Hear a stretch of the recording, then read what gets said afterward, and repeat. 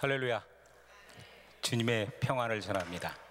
오늘 하나님께서 허락하신 이 자리가 정말 우리 한기영 목사님과 우리 교직원, 교역자 여러분, 특별히 성도님들의 이 귀한 기도 가운데 우리가 이렇게 3주간의 잠복 기간을 무사히 지내고 여러분 앞에 설 수 있습니다. 다 주님이 하셨습니다.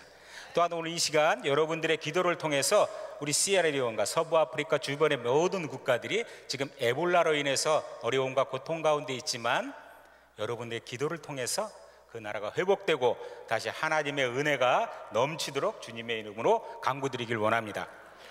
여러분, 저희가 시에라리온에 나온 게 한 5년 정도 지난 것 같습니다. 저희가 선교사로 딱 헌신을 하고 나갈 때 기도한 것이 한 가지 있습니다. 무엇이냐? 우리는 1등 선교사가 됐으면 좋겠다. 1등 선교사. 근데 하나님은요, 우리의 생각과 상관없이 우리가 어떠한 기도를 올려드려도 다 응답하시는 분이세요. 근데 그 기도를 응답하셔가지고 저희를 정말 1등 선교사로 만들어 주셨어요. 어떤 거 1등이신 줄 아십니까? 저희가 은혜 한인교회를 기점으로 해서 280여 명의 선교사님들이 사역을 하고 계시는데, 그 중에서 가장 멀리 있는 나라에 부임을 받았습니다. 어찌됐건 무엇이 됐건 1등은 1등입니다. 하나님은 이런 기도 정말 잘 응답하시죠. 여러분들 지금 살고 계시는 집에서 정말 얌전하게 사시기 위해서는 하나님께 온전한 마음으로 기도를 드리시기 바랍니다. 얼마 전에 저희가 어떠한 귀한 분하고 우리가 교제를 가진 적이 있습니다. 그분이 저희 부부에게 하시는 말씀이 김성림 선교사 금방 돌아올 줄 알았는데 5년이나 있었네, 이런 말씀을 하세요. 저희가 그 말씀을 들으면서 얼마나 감사했는지 모릅니다. 저희 심정은 꼭 어린아이가 뭐 이렇게 아빠 몰래 뭐 훔쳐서 이렇게 먹다가 들킨 것 같은 느낌. 여러분, 그렇습니다. 저는요, 원래 태어날 때부터 성격이 그렇게 시에라리온, 아프리카 이렇게 더러운 데 갈 수 있는 사람이 아니에요. 지금 보세요. 옷을 얼마나 깨끗이 입었습니까? 이런 사람인데 그분은 너무 저를 잘 아시는 거예요. 너는 그런 사람이다. 그런데 어떻게 5년까지 있었냐? 주님이 하셨습니다. 주님 아니면 저희가 아무것도 할 수 없습니다. 그래서 우리가 두 가지 기도죠. 아까 말씀드렸던 1등 선교사가 되자. 두 번째는 거기서 말씀 잘 전하는 선교사가 되자. 정말 사람들이 우러러보는 선교사가 되자. 은혜교회를 한번 높여보자. 이런 열정을 가지고 둘이서 달려갔지 않았습니까? 그래서 뭘 준비했는지 아십니까? 말씀을 3,000개를 준비를 해가고 거기다가 동영상 우리 교회에 좋다는 거 찬양 심지어 이름도 모르는 외국 목사님 것도 다 해갖고 다 챙겨갖고 딱 도착을 했는데 딱 3개월 만에 3번의 강도가 들어와서 싹 가져가 버렸어요. 싹 가져갔습니다. 하나님 말씀에 빌립보서 2장 13절에 보면은 너희 안에서 행하시는 이는 하나님이시니 자기의 기쁘신 뜻을 위하여 너희로 소망을 두고 행하게 하시나니 그랬어요. 나는 틀림없이 모든 걸 다 준비했습니다. 나는 거기 가서 무엇인가 그들을 위해서 생명을 살리겠다고 말씀도 다 가져갔는데 하나님은 절대로 그것을 용납을 안 하신 거예요. 우리가 그 당시에 바울 선교사에서 파송 나오신 한 선교사님 집 방 조그만 걸 하나 얻어서 이렇게 저희 부부가 같이 살았는데, 거기서 우리가 3번의 강도를 당하다 보니까 둘이 가지고 있는 것은 다 잊어버리고 입은 옷밖에 없었어요. 이제 갈아입을 옷조차 없는 겁니다. 그런데 너무 감사한 것은 또 그 선교사님이 한 열흘 있다 한국으로 철수를 한대요. 그러니까 그 조그만 방에서 다시 나와야 되지 않습니까? 정말 세상 말로 거지된 거예요. 내 생각으로 준비해 간 모든 것들이 거지되는 거지되는 시간이 이제 앞으로 9일밖에 안 남았습니다.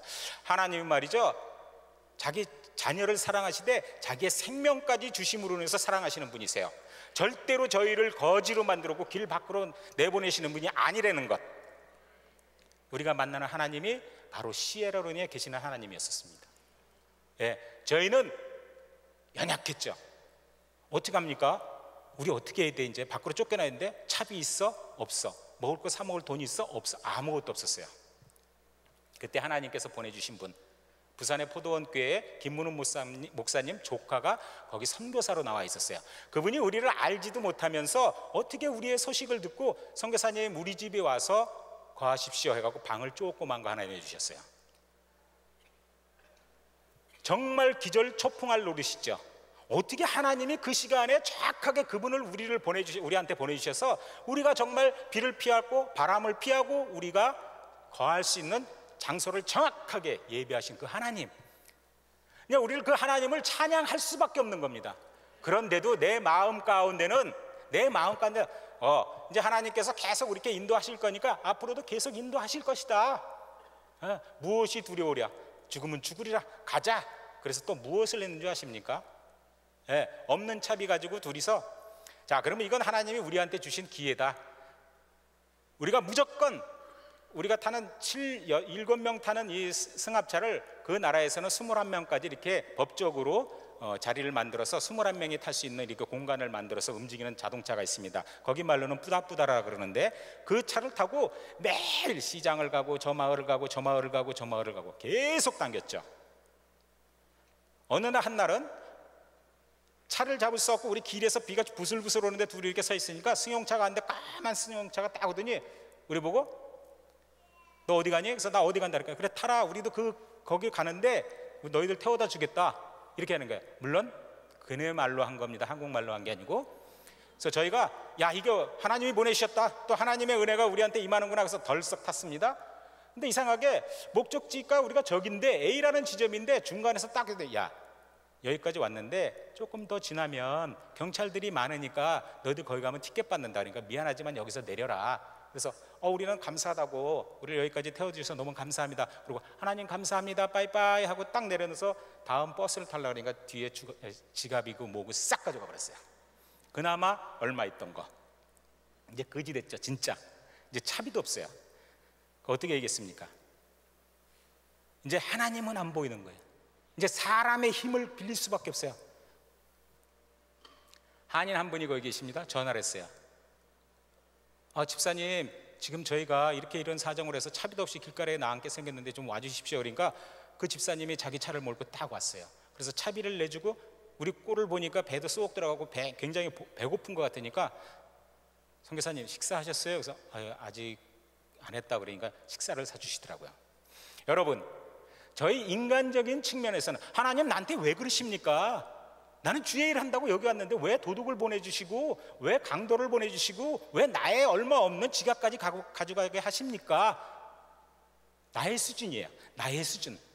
근데 하나님은 그 강도가 왔던 3번의 시기와 길바닥에서 잊어먹었던 그 시기가 우리가 그 땅을 알아가는 아주 귀한 시간이었다는 거죠. 그거를 깨달았는데 얼마 안 지나서 깨달았습니다. 하나님께서 얼마나 저에게 은혜를 베풀어 주셨는지 1년도 안 된 선교사에 21명의 의료 선교팀을 거기 보냈어요. 할렐루야죠. 우리 시에라레온은 이제 됐다. 뭔가 한경 목사님 우리 인정을 한다. 성도들도 우리 인정한다. 내 기쁨에 빠졌어. 그래서 우리가 어떻게 했는지 아십니까?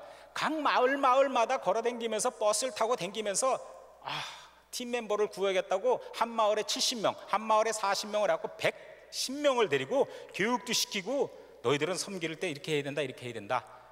이렇게 나름대로 준비를 아주 철저히 해서 이 사역을 정말 아름답게 마무리를 져서 나름대로 하나님께 영광을 돌리자. 그리고 온 사람들한테 또 은혜를 받게 하자. 이렇게 했는데 하나님은 저희한테 말씀을 주세요. 어떤 말씀을 주신지 아십니까? 시편 107편 20절에 저가 그 말씀을 보내어 저희를 고치사 위경에서 건지는도다. 이렇게 말씀하시는 거예요. 저기도 있군요. 저기 못 봤어요. 처음 쓰다 보니까 저기도 있었군요. 우리는 그분들이 약을 갖고 와서 우리 이분들의 육신의 고통을 치유해 줄 줄 알았단 말이죠. 우리는 그거에만 대비를 해서 그거에만 준비를 했고, 이 사람들이 아프면 어디다 누워야 되고 이 사람들이 아프면 어떻게 해야 돼, 이것만 했는데 하나님께서는 우리가 갖고 있는 생각을 싹 무시해버리고 말씀을 보내서 그들을 치유하시겠다는 거예요. 하나님의 말씀을 보내서. 여러분, 하나님의 말씀은 죽은 자들 살릴 수 있는 능력이 있는 것입니다. 여러분, 사도 베드로가 얘기했듯이 여러분 예수 그리스도의 이름을 갖고 계세요?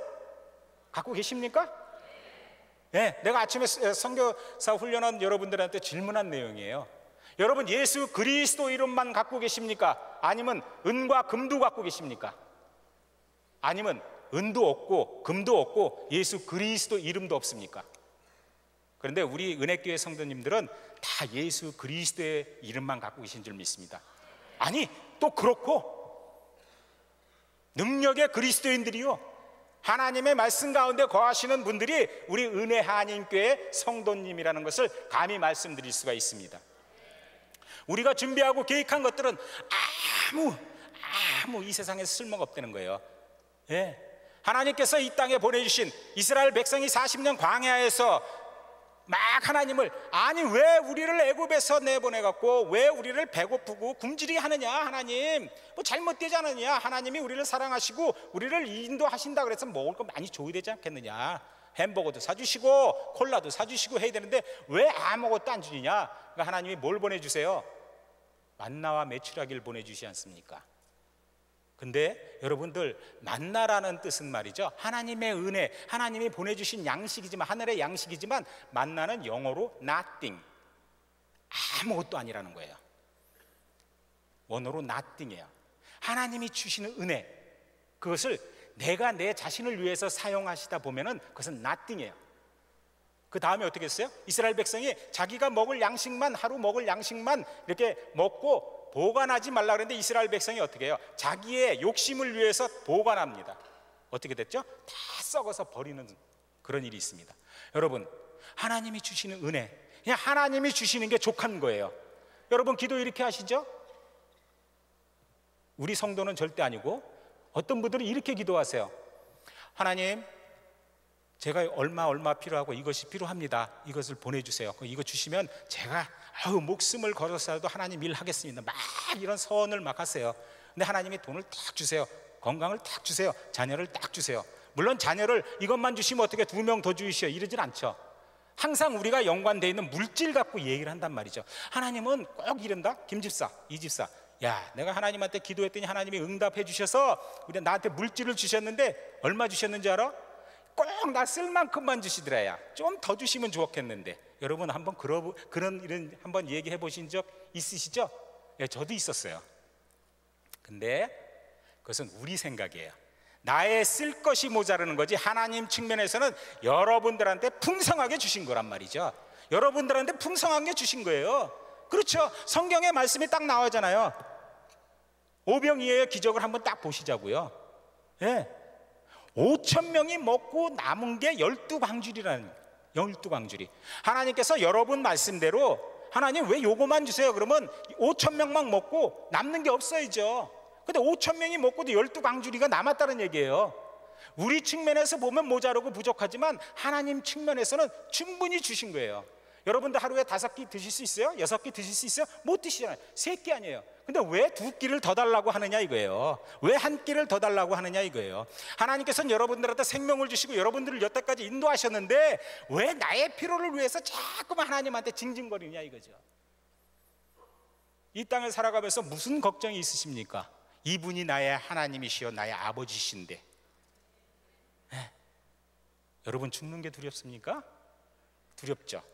근데 예수 그리스도가 십자가의 죽으심으로 해서 부활한 사건, 우리가 그 부활과 또 하나님이 우리를 구원하신 그 목적에 합당한 삶을 살 때 우리는 주님 앞에서 기뻐하며 찬양하며 기도하며 삶을 살 수 있는 것이에요. 이것이 복음이에요. 우리 마음 가운데 기쁨이 있으면, 예수님으로 인해서, 예수님을 향해서, 예수님을 위해서 기쁨이 있으면 우리는 복음의 소유자들인 것입니다. 여러분 기쁘시죠?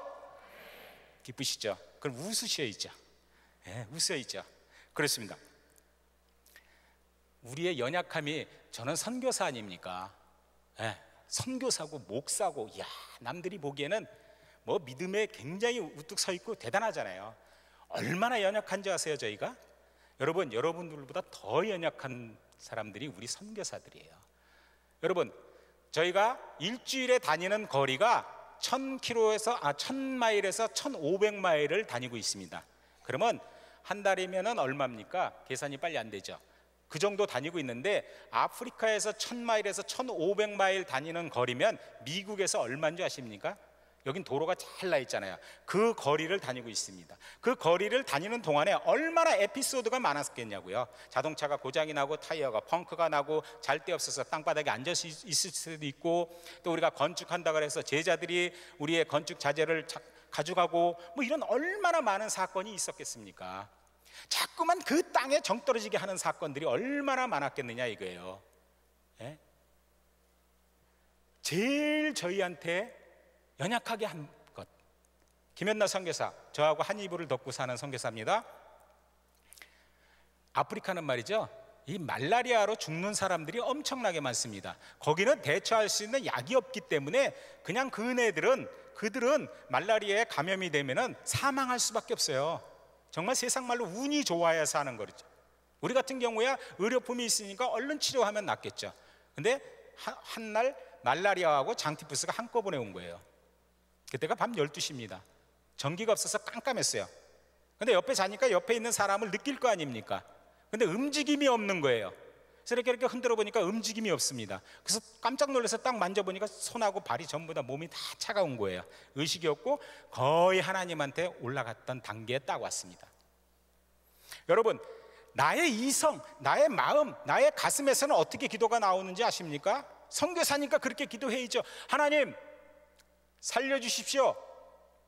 아버지, 제가 잘못한 거 있으면 회개합니다. 하나님의 은혜를 지금 보내주십시오. 살려주세요. 살려주세요. 살려만 주시면 내가 다시 한번 생명을 내걸고 열심히 한번 또 가겠습니다. 나의 이성적으로는 이렇게 생각이 되는데 입으로는 어떤 말이 나오는지 아세요? 아버지, 나 무섭습니다. 나 지금 무섭습니다. 전등이 없어서 깜깜해서 무서운 것도 무서운 거지만 혼자 된다는 홀로감이 얼마나 나를 공포와 두려움 가운데 빠지는지 모르겠습니다. 난 무섭습니다. 여러분, 창세기 4장 26절에 셋도 아들을 낳고 그 이름을 에노스라 하였으며 그때 사람들이 비로소 여호와의 이름을 불렀더라 그래요. 창세기 4장 16절 이하로는 무슨 말씀이 있냐면 가인의 후손에 대해서 이야기가 쭉 나오고 있습니다. 근데 그 가인의 후손들이 어떤 후손들이에요? 세상에 돈 많은 자, 권력 있는 자, 세상을 지배하는 자, 물질의 향락 가운데 있는 자들의 계보가 쭉 나와 있는데 왜 하나님은 생뚱맞게 26절 마지막에 에노스라고 이렇게 냈을까요? 그때 하나님의 이름을 불렀더라. 왜 이 말씀을 생뚱맞게 한 절을 갖다 놨을까요? 우리의 생각은 하나님, 에노스가 하나님의 이름을 불렀다 그러면 16절부터 에노스에 대해서 쭉 나오고 가인의 후손은 26절에 있었으면 좋겠다, 우리의 소망인데 왜 이렇게 나왔을까? 에노스, 히브리어 원어에는 아무것도 아닌 자, 쓸모없는 자, 모래와 같은 자, 이게 에노스예요. 여러분, 우리가 에노스입니다. 그때 여호와의 이름을 불렀더라. 우리는 하나님의 은혜, 하나님과 함께 하심이 없으면 우리는 하루도 살 수 없다는 거예요. 우리의 삶은 돈 많은 자, 권력 있는 자, 그들의 발밑에 어쩔 수 없이 하나님만 바라보며 하나님만 찾는 삶을 살 수밖에 없다는 거예요. 그게 우리 에노스예요. 우리 에노스. 근데 우리가 하나님한테 무엇을 바라겠냐고. 우리의 지어진 형상이 하나님의 은혜 가운데 있지만 우리는 하나님을 부를 수밖에 없는 입장이라는 거죠. 그 이름을 부를 때 우리의 온전한 평강이 임할 것이요 하나님의 사랑이 우리한테 임하는 것입니다. 우리가 먼저 회복이 되고 우리가 하나님의 사랑 안에 거할 때 여러분들이 다른 사람을 세울 수 있고 다른 사람한테 섬길 수 있고 다른 사람한테 베풀 수 있는 거란 말이죠. 어떻게 내가 사랑이 없는데 저 사람을 집사님 사랑합니다, 집사님 사랑합니다. 우리 진정한 크리스찬들 입으로만 하지 말자 이거죠. 마음으로 하자 이거예요. 마음으로. 여러분, 마음으로 한다 그래갖고 우리가 좀 그 마음 이용세를 더 내는 것도 아니고 누가 와서 여러분들한테 어떤 질책을 하는 것도 아니잖아요. 우리는 영적인 사람들이기 때문에 우리가 마음으로 전하면 그 상대편도 그 사람을 틀림없이 알 수 있다는 얘기예요. 우리 연약함들, 우리는 하나님 없이는 살 수 없는 1분 1초도 살 수 없는 연약한 사람들. 그런데 우리가 이렇게 강건하게 살 수 있는 것은 그 하나님의 온전한 은혜가 있기 때문에 사는 것입니다. 여러분, 그래서 여러분, 세상의 환경이 어렵고 여러분들이 사업이 망해서 정말 절망 가운데 있다 할지라도 여러분, 하나님께서 여러분과 저한테 주신 사랑은 뺏어갈 수가 없는 것입니다. 우리의 앞이 깜깜하고 죽을 수밖에 없는 모든 게 다 막혀 있다 할지라도 그 어떤 세상의 모든 것들이 하나님 주신 사랑은 절대로 뺏어갈 수 없다는 거죠. 잠언 4장 26절에 보면은요, 이런 말씀이 있습니다. 무릇 지킬 만한 것보다 더욱 내 마음을 지키라. 생명의 근원이 이에서 남이니라. 여러분들은 무엇을 지키십니까 지금? 여러분들이 갖고 계신 자동차, 여러분들이 갖고 계신 집, 여러분들이 은행에 쌓아둔 돈, 그거 지키십니까? 여러분, 마음을 지키십시오. 여러분이 살 수 있는 것, 여러분들이 하나님 말씀대로 70여 강건하님 80, 그 은혜 가운데 그 기간을 살 수 있는 것은 무릇 여러분들의 마음을 지키는 것입니다. 절대로 마음을 뺏기지 마십시오. 절대로. 여러분, 다니엘서 12장 3절에 이런 말씀이 있습니다. 지혜 있는 자는 궁창의 빛과 같이 빛날 것이요 많은 사람을 옳은 대로 돌아오게 한 자는 별과 같이 영원토록 비치리라 그랬습니다. 제가 저번 주일에 주일 예배를 참석을 했습니다. 매번 저희는 야외에서 이렇게 얼굴이 검은 분들하고 예배를 드리고, 이것도 거치장스러워요. 지금 더워 죽겠습니다. 이거 그냥 반팔 입고 이렇게 했으면 좋겠는데, 모처럼 이렇게 얼굴이 하얀 색깔의 이 성도들하고 이렇게 하니까 저도 좀 당황스러워요 지금. 그래서 자꾸만 이 얼굴이 검은 사람을 자꾸 쳐다보는데, 혹시 나하고 비슷한 옛날 전에 이렇게 예배 드렸던 분이 있나. 근데 제가 저번 주일에 오니까 우리 정말 뉴페이스들이 너무 많은 거예요. 젊은이들. 와, 우리 교회가 이제 액티비티 하겠다. 하나님이 정말 젊은 분들도 많이 보내줬다. 그걸 딱 느끼겠더라고요. 여러분들은 잘 모르시잖아요. 저는 오래간만에 오니까. 그래서 하나님이 이 다니엘서 12장 3절 가지고 비전을 주시는 거예요. 여러분들의 축복의 말씀을 해주시는데, 우리 교회의 목적과 목표가 뭡니까? 세계 선교를 마무리하는 교회. 그렇죠? 우리 한경훈 목사님의 DNA가 뭐예요? 미전도 정적의 7,000개의 교회를 세우는 것. 여러분, 이거 착각하지 마세요. 7,000개의 교회가 우리가 건물로 보이는 건물이 눈으로 보이는 건물이 아닐지라도, 비록 나무 밑에, 그늘 밑에, 아니면 땡볕에 드릴지라도 예배가 드리는 곳, 하나님이 임재하신 곳, 하나님의 사랑이 있는 곳은 교회입니다. 부담 갖지 마세요. 이게 교회예요. 여러분들, 예배는 여기만 드려야 교회입니까? 아니죠. 여러분들이 겸손하게 드리고 진정하러 드리는 여러분들 가정교회도 교회예요. 왜? 하나님이 함께 하시니까. 하나님이 함께 하신 데는 전부 다 교회예요. 그렇기 때문에 여러분들을 교회라고 부르는 거예요. 여러분들 함께 하시잖아요. 아까 제가 질문 드렸죠. 여러분들 예수 그리스도의 이름을 갖고 계세요? 아멘이죠. 물론 아멘이죠. 이건 자다가도 벌떡 일어나서 아멘하고 다시 주무셔야죠. 구원을 놓치면 안 된다는 얘기예요. 저번 주에 한 목사님이 그런 말씀하시죠. 오늘 밤 죽어도 뭐지 천국 갈 자신 있냐? 갈 수 있겠느냐 물어보시죠. 어떻게 해야 돼요? 그거는 1초의 망설임도 있으면 안 돼요. 1초 후에 천국 문이 닫히면 어떻게 해요? 무조건 졸다가도 아멘 하고 다시 주무시고 그랬으라고. 여기 그래야 여러분들 구원받을 수 있어요. 이 비전을 다니엘서 12장 3절을 통해서 우리 교회에 주시는 비전입니다. 이 비전을 갖고 우리 함기훈 목사님이 기도하시고, 여러분들이 그거를 따라서 활동력 있게 움직일 수 있게끔 날마다 눈물로 기도하시는 거예요. 여러분, 목사님을 존경하시면 목사님의 DNA를 쫓아가고, 또 옆에 있는 성도를 존경하시면 그분한테 섬기고 사랑을 전해야죠. 그게 성도의 삶이라는 것이죠. 그게 하나님을 경험하는 삶이라는 거예요. 그렇지 않습니까? 여러분들이 강했다고 강하면 모든 일이 될 것 같죠? 여러분들 세상 살다 보면 어려운 일이 있을 수 있습니다. 물론 사업하다가 어려운 일도 있었고, 어떤 성도 간의 릴레이션십이 깨져서 어려운 문제도 있어요. 제가 부탁드리고 싶은 것은 그 자리에서 그거를 해결하려고 그러지 마세요. 내가 이 자리에서 오케이, 내가 이거 한번 해결해 볼게. 오케이, 내가 해결할게. 절대 해결하지 마세요. 성경에 틀림없이 나와 있어요. 이스라엘 백성들이 광야에서 모세 없을 때 딴짓을 해요.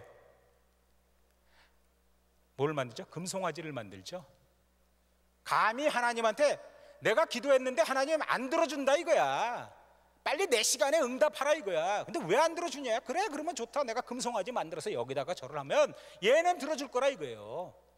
그래서 그따위 짓을 해요. 예. 잘 됐어요? 못 됐죠?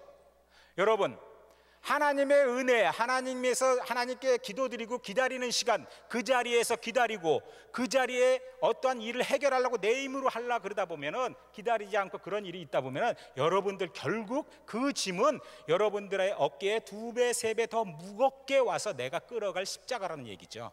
근데 그 십자가가 하나님이 주신 나의 모든 것을 부인하고 쫓아가는 십자가 아니라 괜히 쓸모없는 돌덩이를 지고 가는 그런 인생으로 전락이 된다는 얘기입니다. 네? 여러분 지금 걱정거리가 있어요? 없잖아요. 뭐가 있어요? 하나님이 함께 하시는데, 우리가 갈 곳이 있는데, 갈 곳이 있고 만날 분이 있고, 예, 들을 말씀이 있고, 예, 이런 게 있는데 뭐가 두려워요? 물질이 없어서요? 아유, 하루 3끼 먹는데 원래 성경에 2끼만 먹으라고 나와 있어요. 금식도 하시는데 뭐 그게 걱정이 돼요? 집 없으면 다 예배해 주세요. 옆 집사님들이 우리 집에 와서 사시라고.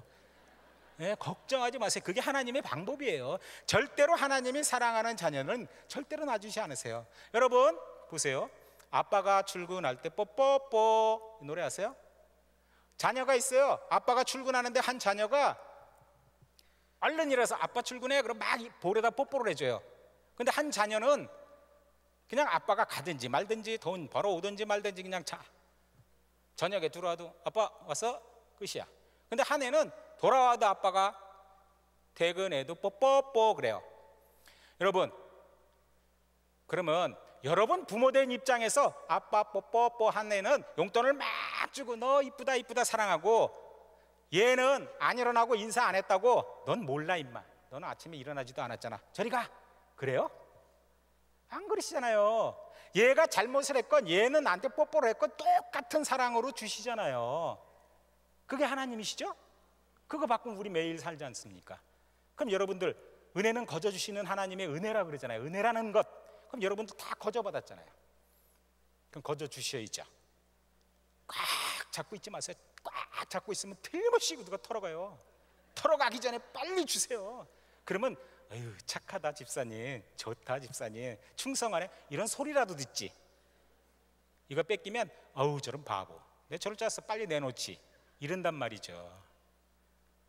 답을 가르쳐 드리는 거예요. 제가 1 더하기 1은 2라고 말씀드리는 거예요. 1 더하기 1은 3 이렇게 대답하지 말라는 거예요. 아셨죠? 다음에 누가 물어보면 1 더하기 1은 뭐게? 그러면 3, 그럼 바보예요. 뭐죠? 2예요. 예수는 사랑, 예수는 섬김. 제자들의 삶이 뭡니까? 제자들의 삶, 제자들이 삶이 그렇잖아요. 섬김의 삶, 그죠? 순종의 삶, 정직한 삶, 이런 삶들 아니에요. 이런 삶들, 이게 성령의 열매들 아닙니까? 전부 다 이런 삶을 사셔야죠. 모으는 삶, 챙기는 삶, 숨기는 삶.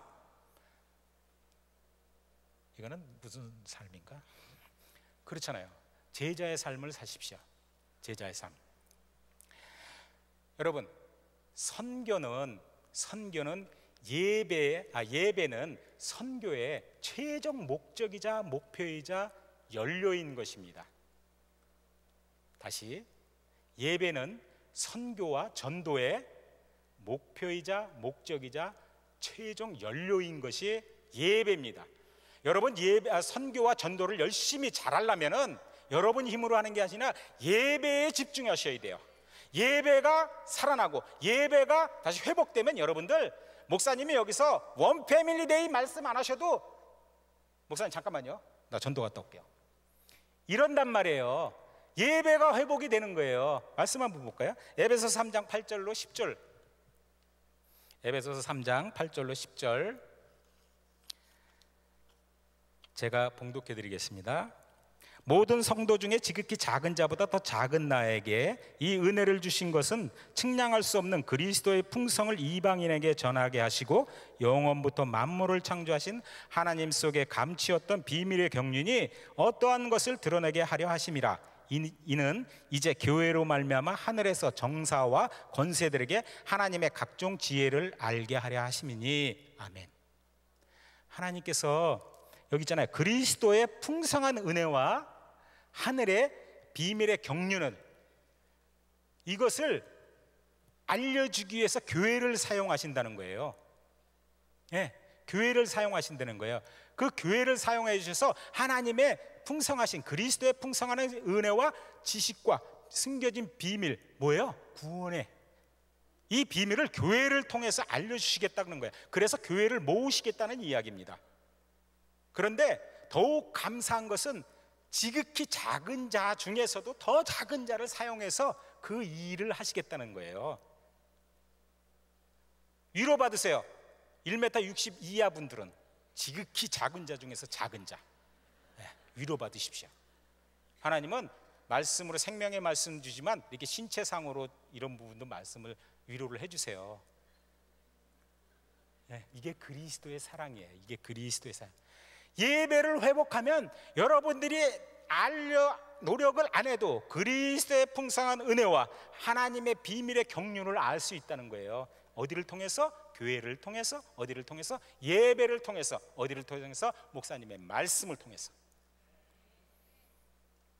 집중하셔야 된다는 얘기죠. 말씀에 내 생명을 걸고 해야 된다는 얘기야. 1부, 2부, 3부 오늘은 어디 놀러 가기로 했어? 오케이, 그러면 1부 얼른 들어가서 2부, 3부 때 같이 어떤 예배든지 집중을 하시라는 얘기예요. 딴 생각하지 마시고 집중하세요. 1시간, 여러분 살아온 시간보다 1시간 아무것도 아니에요. 근데 그 1시간이 여러분들의 생명을 좌우하는 시간이에요. 이거 아시면 여러분들 예배 그렇게 졸고 잡담하고 못하잖아요. 이거 아셔야죠. 이거 그리스도의 풍성한 은혜와 하나님의 감추어진 비밀. 여러분들 이거 감추어진 비밀을 여러분들 스스로 공부해갖고 찾을 수 있을 것 같아요? PhD? 박사 코스? 찾을 수 있을 것 같아요? 못 찾아요. 이거 여기서 예배로 인해서 찾을 수 있다고 하나님이 오늘 말씀해요. 예배에 집중하세요. 예배.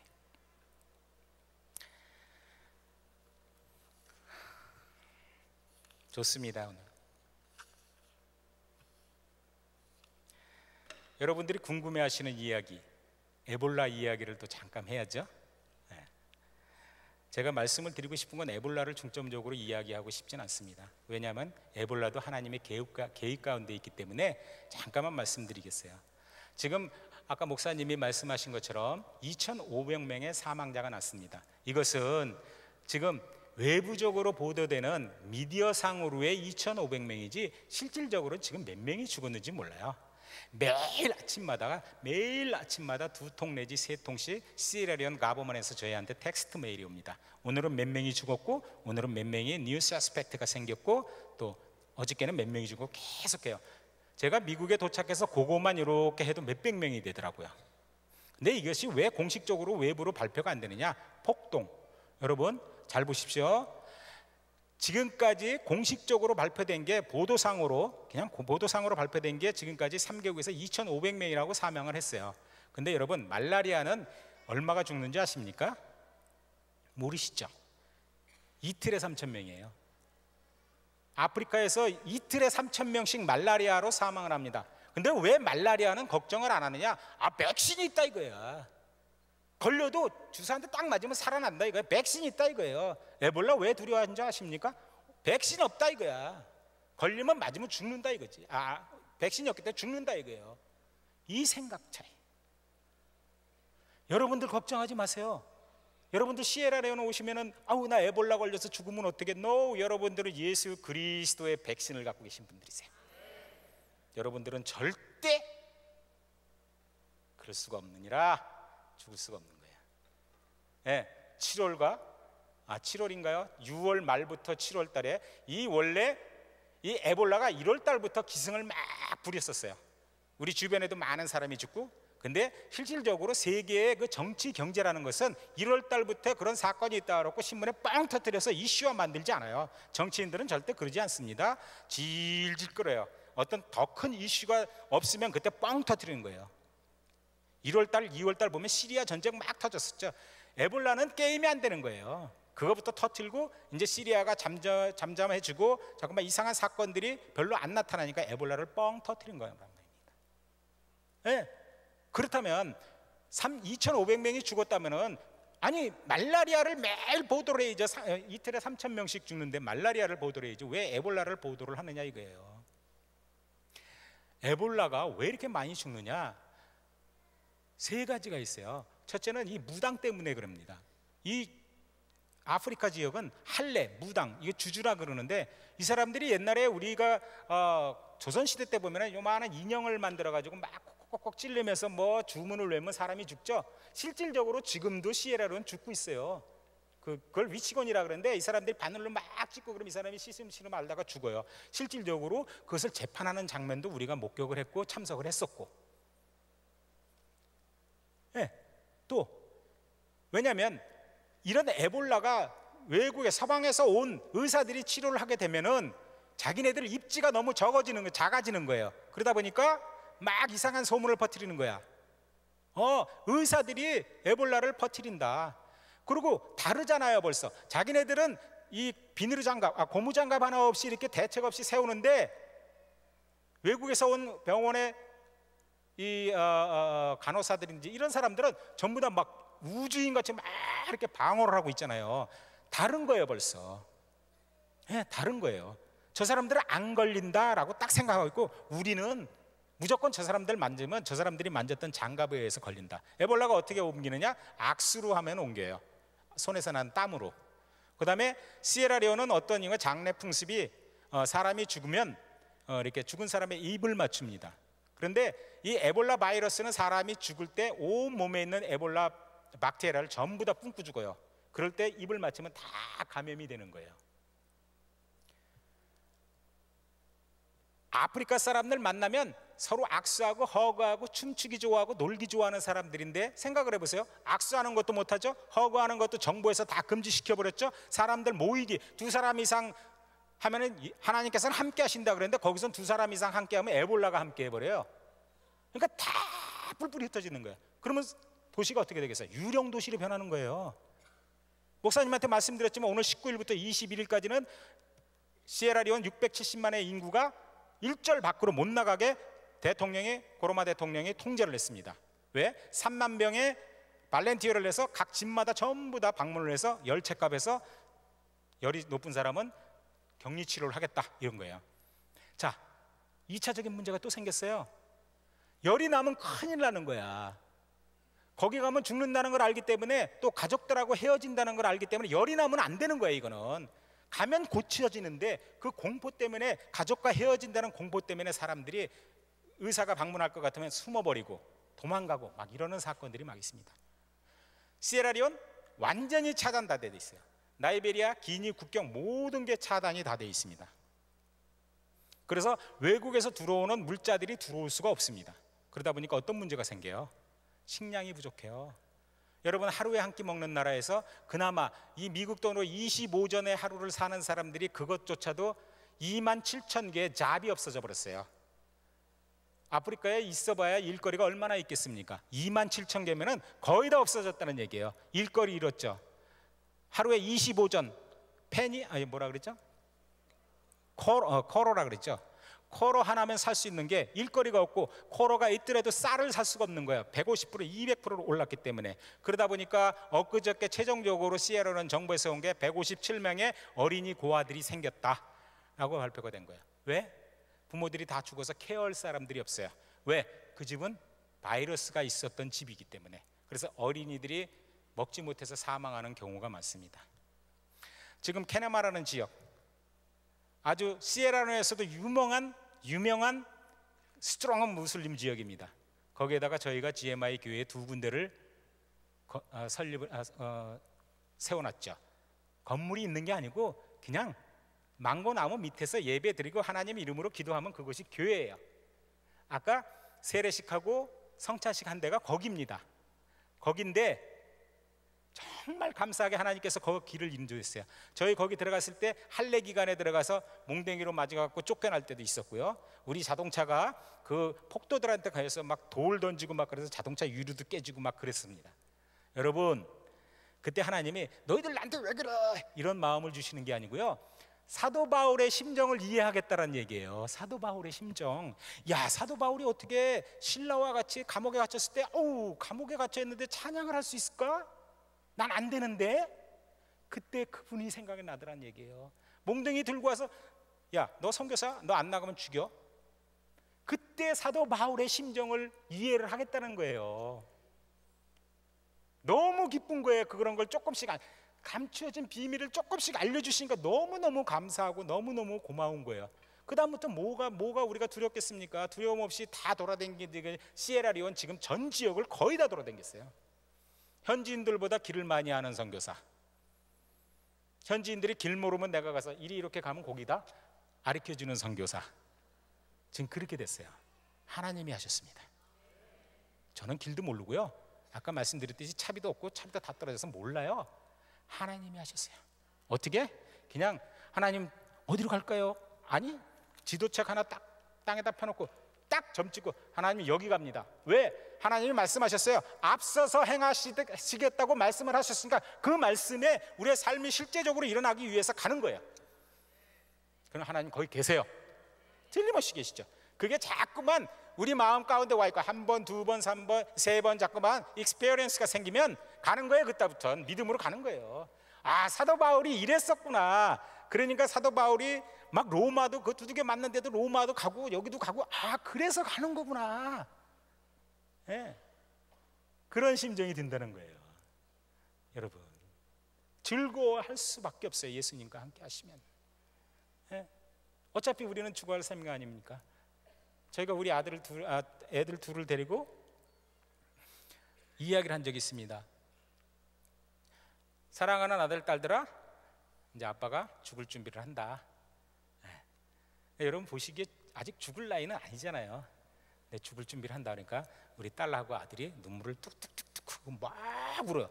아, 이게 내가 계획하고 있는 거하고 달라. 지금 갑자기 우는 거야. 그러니까 어떻게 해요? 아빠인 나가 자녀가 눈물을 흘리면 같이 안 울을 아버지 엄마 있으면 손 들어보세요. 괜히 나도 찔찔 짜고 있는 거예요. 내가 뭘 해야 될지도 모르고 그냥 그 눈물만 보고 눈물이 떨어져요. 아, 이때 또 하나님이 나타나시네. 내가 어렵고 힘든 일이 있으면 하나님은 그보다 더 우실 거란 말이에요. 가슴이 아파서 자기 자녀를 그런 환경에 있게 하고 그런 상황에 있게 한 게, 내가 먼저 진정을 하고 사랑하는 아들, 딸들아, 그것이 아니다. 얘네들은 아빠가 거기서 말라리아 걸리고 병이 걸려서 이제 곧 죽을 것 같은 그런 생각을 한 거예요. 근데 여러분, 아까도 말씀드렸지, 저는 선교사고 목사 아닙니까? 여러분들 보시기, 그렇지 않나? 여러분들이 보시기에 천국은 따놓은 당상 아니에요, 그죠? 감사합니다. 아멘. 내 자신이 나를 돌아다 보니까 천국에 갈 확신이 없는 거예요. 지금까지 살아온 걸 보니까.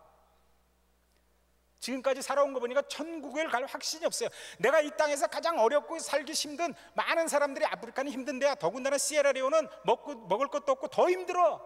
그런데 거기서 사역을 하는데도 확신이 없어요. 천국에 가도 확신이. 그럼 어떻게 돼요? 나머지 70이요 80입니까? 70까지만 생각하죠. 그러니까 15년 남았어요. 네. 그러면 준비를 해야죠. 이제 진짜 그거 놓칠까 봐 15년 동안 준비를 해야 되지 않겠습니까? 죽을 준비. 그냥 병들어서 죽는 게 아니라 어떻게 하나님이 맡겨주신 사명, 연약하지만 하나님께서 인도하셔서 그 길을 가는데 조금도 부족함이 없는 그 하나님을 믿고 실제로 나의 삶에 나타나는 그런 삶을 살 수 있겠느냐, 이걸 준비하는 거예요. 이걸 준비하는 겁니다. 에볼라 바이러스, 사람들을 공포 가운데 있게 하는 지금 현상. 8월 8일 날 모든 선교사, 한국의 선교사, 외국인 선교사를 다 나갔죠. 근데 은혜교회 선교사들은 달라요. 저희가 다른 게 아니고 한인 선교사들 독하다 그러죠. 은혜교회 선교사들은 더 독해요. 전 세계 280여 명 나간 분 보세요. 얼마나 독한 줄 아세요? 네, 독화되는 건 사람들이 표현한 독한 거예요. 하나님이 보시기에는 정말 충성된 종들이란 얘기죠. 이게 은혜교회 선교사들이에요. 거기에 나도 들어가자. 네. 이런 선교사들이 은혜교회 선교사단 말이죠. 집사람하고 나하고 상의한 게, 우리가 만일 에볼라로 감염이 되면 그냥 우리 미국 나가지 말자, 그냥 여기 있자. 그리고 둘이 협의를 했어요. 네. 여기 있자. 그냥 우리가 가면 인간적인 생각이, 그런 생각이 살짝 들어왔다가 여기 싹 나갔어요. SIM 선교사 2명이 에볼라로 감염돼서 미국으로 후송이 됐죠. 그 사람들 세계적으로 영웅이 됐습니다. 그죠? 다 알죠? 나도 말이에요, 에볼라에 살짝 감염돼서 비행기 타고 여기 왔으면 어떻게 됐게요? 영웅이죠. 근데 하나님은 절대로 그런 거 용납 안 하세요. 왜? 하나님은 사랑하는 자기 자녀를 자기 형상대로 만들어 주셨고, 그 형상대로 그 땅에 보내주셨으면 그 형상대로 다시 빼내 오세요. 그게 하나님이야. 너 가서 죽어서 사람들 위해서 막 이렇게 이야, 이거 하지 마라. 하지 마라. 나는 너를 사랑하기에 그 땅에 보낸 거로 마음이 아프고 너를 위해서 날마다 기도하지만, 어떤 어려움과 환경과 여건이 있더라도 너는 그것을 다 이길 수 있는, 약한 데서 강함이 나올 수 있도록 너를 도울 것이고, 너를 고 보낸 모양 그대로 다시 이 땅으로 데려올 것이다. 그래서 여기 와 있는 거야. 그래서 여기 와 있습니다. 어떻게 하나님의 은혜를 저희가 생각 안 할 수 있을까요?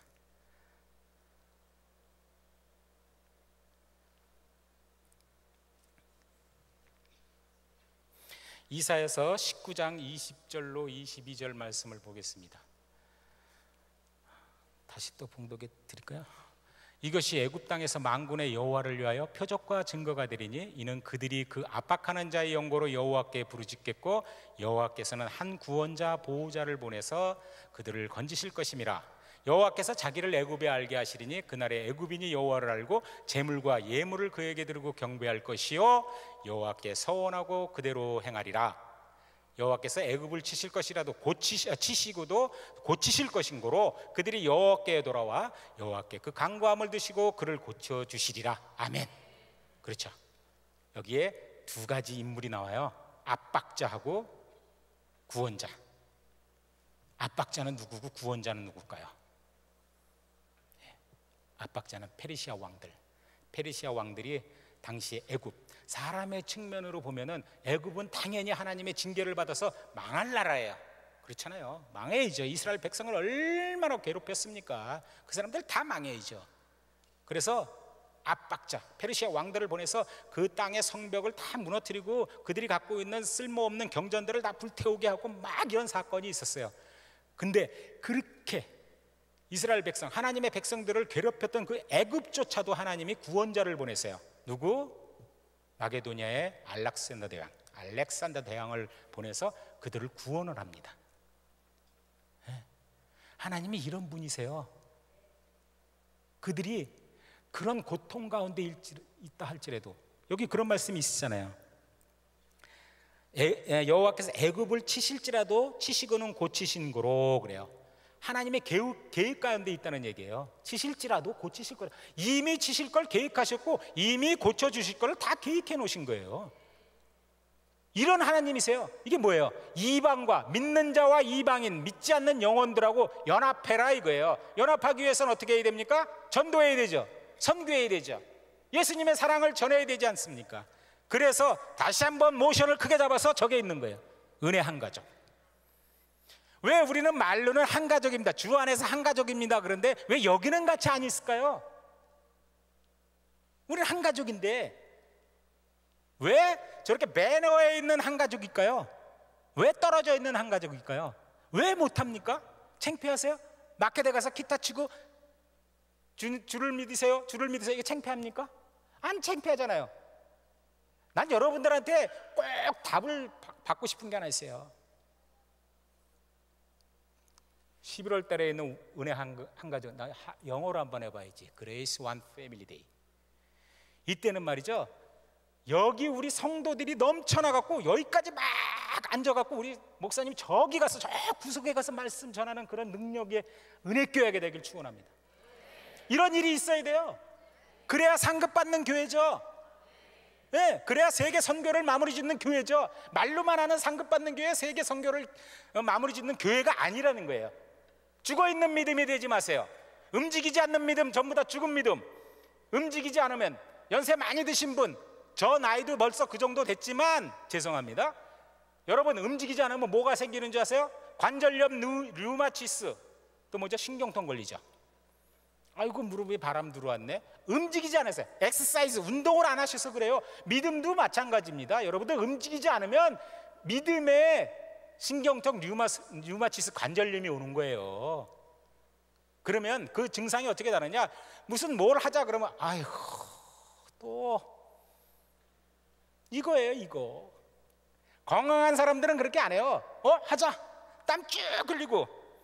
우리 많은 사람들의 조사를 해보면 여성분들이 남성을 볼 때 가장 멋있게 보이는 게 일을 열심히 하고 땀을 쫙 흘리고 막 여기서 땀 딱 흘리는 게 제일 멋있다고 그러더라고요. 네. 남자 성도 여러분, 교회를 위해서 충성되게 봉사해서 땀 막 흘릴 때 우리 성도들이 좋아하는 거예요. 여자 성도들이. 여자 성도님들한테 신앙적으로 인기가 있으시려면 나가세요. 류마티스 걸리지 말고. 죽어있는 믿음, 움직이지 않는 믿음, 이것은 하나님이 기뻐하시지 않는 믿음이에요. 여러분, 저는 신앙의 단계를 4단계로 저를 체크업을 합니다. 제가 좋아하는, 개인적으로 아까 말씀드리다 말았는데, 개인적으로 굉장히 좋아하는 베드로 형님을 저의 모토로 삼고 항상 그분을 이렇게 표본으로 삼고 있습니다. 첫째, 베드로가 디베라 바닷가에서 고기 잡다가 한 마리도 못 잡았어요. 그때 예수님이 딱 왔어. 근데 예수님을 탁, 그때 어떤 사람이 보면 이야, 저 사람 결단이 대단하네, 자기의 모든 생활을 할 수 있는 금을 다 버리고 쫓아가네, 와 믿음이 대단해. 아니, 그렇지 않을 수도 있어요. 고기 한 마리도 안 잡았는데 누가 자기를 쓰겠대. 아이고 잘 됐네, 이렇게 해서 쫓아갈 수도 있었다는 얘기예요. Anyway, 우리가 믿음의 처음 부르심을 받을 때 어떤 방법으로 하나님이 부르셨건 그런 단계가 있었다는 얘기죠, 처음에. 두 번째 뭐예요? 그러다 보니까 야, 예수님의 막 기적과 이적과 표적을 보여서 너무너무 좋은가, 뭔가 나도 될 것 같아. 그러니까 자기가 무슨 말인지도 모르고 막 얘기하다가 언덕결에 하나 딱 맞은 게 뭐 있죠? 주는 그리스도의 살아계신 하나님, 근데 내가 무슨 말을 했는지 몰라. 그러다 예수님한테 뒤지게 혼나고 저기 가서 찔찔 울고. 베드로, 하나님이 뭐 하시면 누가 예수님을 뭐 괴롭혀요? 가만히 있어, 내가 나가서 걔네들을 막 이래요. 와, 대단해. 우리 신앙하고 비슷하죠. 네. 막 난리 났어요. 교회에서 막 난리 났어요. 뭐 별일 다 해. 그러다 어느 날 갑자기 지나가는 김 집사가 너? 그러니까 아이고 나 예수 몰라 이래요. 이런 과정을 섞어요. 그리고 세상 가운데 돌아갑니다. 마지막에 예수를 만난 거, 요한복음 21장에 디베라 바닷가에서 예수님이 조반을 차려놓고 베드로를 딱 만나는 순간 베드로가 어떻게 해요? 베드로는 틀림없이 물에 대한 트라우마가 있었어요. 전에 물에 까불다가 물에 난 무리를 걷겠다고 해서 풍덩 빠진 트라우마가 있었단 말이죠. 물에 대한 공포가 있었는데 요번에는 지가 뛰어들어. 그죠? 막 가서 개 헤엄을 쳤는지 자유형을 쳤는지 난 몰라, 성경에 안 나와서. 하여간 디베라 바닷가에 딱 섰는데, 여러분 중요한 것, 디베라 바닷가에서 베드로의 모습이 어땠느냐 이거야. 밤이 새도록, 이슬이 맞도록 고기 한 마리도 못 잤어요. 밥도 못 먹었어요. 사진에 나오는 거 보면 머리도 굵고 수염도 길어. 옷은 옛날에 여자 치마 같은 거 이런 거 입고 있었어요. 물에 빠져서 바로 나왔어요. 모습이 어떻겠습니까? 머리 물에 다 젖었죠. 수염 이렇게 쭉 하죠. 옷 다 젖어서 쫙 붙어서 거지 같죠. 배는 고파서 쪽 들어갔죠. 이슬이 맞아갖고 또 그물을 막 맞았으니까 옷에서 비린내가 막 나죠. 세상이 보기에는 아무 하잘 것도 없는 사람, 주는 그리스도의 살아계신 하나님의 아들이시라고 말씀하신 그 위대한 간증을 했던 사람이 하루 사이에 거지꼴이 됐어요. 그러니까 예수님이 딱 불러요. 내가 나를 사랑하느냐? 예, 사랑하잖아요. 내가 나를 3번을 해요. 야, 이런 믿음 대단하죠. 그러면서도 끝까지, 요한아, 쟤는 어떻게 돼요? 예수님이 성경에는 안 나왔는데 나중에 보세요. 너나 잘해라 이렇게 나와요. 여러분, 내가 하는 일에 대해서 하나님께 온전히 내가 집중을 하고 나하고 인격적인 관계를 맺어야지. 죄는 어떻게 돼요? 맨날 그러다 보면 여러분들 그거 하다가 인생 끝나요. 죄는 어떻게 되는 건 상관하지 마시라고요. 내가 나한테 하나님께서 맡겨주신 사명, 나한테 맡겨주신 일들 최선을 다해서 할 때 하나님이 역사를 하시는 거예요. 그 역전이 언제 나오십니까? 사도행전. 행전에 딱 가서 와, 이제 자기 진정한 고백을 해요. 아까 처음 질문했던 거. 은과 금은 없어도 내가 가진 것 나사렛 예수 그리스도 이름만 가지고 있다 그래요. 그런 아주 위대한 진짜 고백을 해요. 그때부터 성도의 수가 3,000명이요 성도의 수가 5,000명이 됐다 그래요. 여러분, 여러분의 이런 신앙 단계, 내가 지금 돌아보니까 어느 단계에 있느냐? 내가 지금 막 말고의 길을 막 자르고 사람들 불편하게 하고 있느냐? 아니면 정말 예수님이 저기 오는데 나의 가진 것 아무것도 없고 나의 나된 것이 하나님 은혜면 아무것도 될 수 없고 내가 정말 이 세상에 이렇게밖에 살 수 없는 가장 연약한 자의 모습, 디베라 바닷가에서 있는 베드로의 모습을 가지고 있느냐? 아니면 내가 정말 나의 이름, 나의 모든 것을 십자가에 두고 오로지 예수 그리스도의 이름만 권세를 가지고 나가 있는 사도행정적인 삶을 살고 있느냐? 이것을 여러분을 비춰서 신앙을 한번 비춰보시기 바랍니다. 저는 여러분들한테 간절히 바라고 소망하는 건 사도행전적인 삶을 사시라 이거죠. 예? 얼마나 좋습니까? 여러분들이 말씀을 전하면 하나님께서 기적과 이적과 표적을 여러분들한테 모든 권세를 주시겠다고 한 말씀이 여러분 거가 되는데 왜 그걸 사용을 안 하세요? 너무 좋잖아요. 우린 세상에서 그렇게 할 수가 없어요. 여러분 국회의원 될 수 있어요? 대통령 될 수 있어요? 없어요. 하나님 나라에 대통령 될 수 있고 국회의원 될 수 있고 뭐든지 다 될 수 있는 나라가 하나님 나라라는 얘기죠. 그게 뭐냐? 그리스도의 권세 이름. 이거 하나죠. 오늘부터 그거 사용하세요. 무조건 사용하세요. 남편이 막 옆구리를 찔러? 난 옆구리는 아파도 안 아파도 예수 그리스도의 이름은 가지고 있다. 남편한테 얘기하고 무조건 하세요. 이게 습관적으로 나와야 돼요. 습관적으로 나오다 보면 나도 모르게 하나님께서 함께 하셔서 나의 생각과 상관없이 그렇게 만드세요. 그죠? 네. 이런 삶을 사시기 바랍니다. 우리가 적극적으로 하나님의 삶을 산다고 한다지만 어떤 때는 우리가 절망과 실망 가운데 빠질 수도 있어요. 근데 여러분 절대로 중요한 것은 여러분 하나님의 사랑, 하나님의 말씀을 잃어버리지 말으시라는 얘기예요. 그거 놓치지 마세요. 그럼 여러분들은 무조건 사망이에요. I'm guarantee. 사망입니다. 마태복음 28장 18절로 20절 한번 보겠습니다. 예수께서 나와 일러 가라사대 하늘과 땅의 모든 권세를 내게 주셨으니 그러므로 너희는 가서 모든 족속으로 제자를 삼아 아버지와 아들과 성령의 이름으로 세례를 주고 내가 너희에게 분부한 모든 것을 가르쳐 지키게 하라. 볼지어다 내가 세상 끝날까지 너희와 항상 함께 할 것이다. 아멘. 이게 우리가 성경에서 가장 잘하는 거예요. 하나님의 지상명령. 나는 이걸 어떤 때 이런 생각을 해봐. 이것을 그냥 성경에만 넣지 말고 이것을 법제화 만들었으면 좋겠다. 가서 제자화 안 하면 감옥 5년 이렇게 만들었으면 다 나갈 거예요. 말씀을 마치겠습니다. 영어 성경에는 Go and disciple all nations. Go와 disciple, 가는 것과 제자 만드는 것을 두 가지 명령으로 분류를 해놓고 있습니다. 그런데 헬라어 역본에는 having gone disciple of nations, 모든 관점은 제자화를 만들어라 했지만 전제 조건이 있다는 거예요. 가라 이거예요. 여러분 약속 하나 하고 제가 말씀을 마치겠습니다. 여러분 우리 세계 선교를 마무리하는 교회에 알맞는 삶을 사십시오. 원패밀리 데이는 우리 목사님 한 분의 희망과 소망이 아니에요. 하나님의 소망이에요. 하나님의 열망이고 온 열방에 말씀이 전파될 때 그때야 세상의 끝이 오시라. 마라나타. 이 말씀입니다. 여러분 이 말씀이 여러분 가운데 정말 삶 가운데 나타나길 그리스도 이름으로 축원합니다. 마지막으로 저희는 한 가지 소망이 있습니다.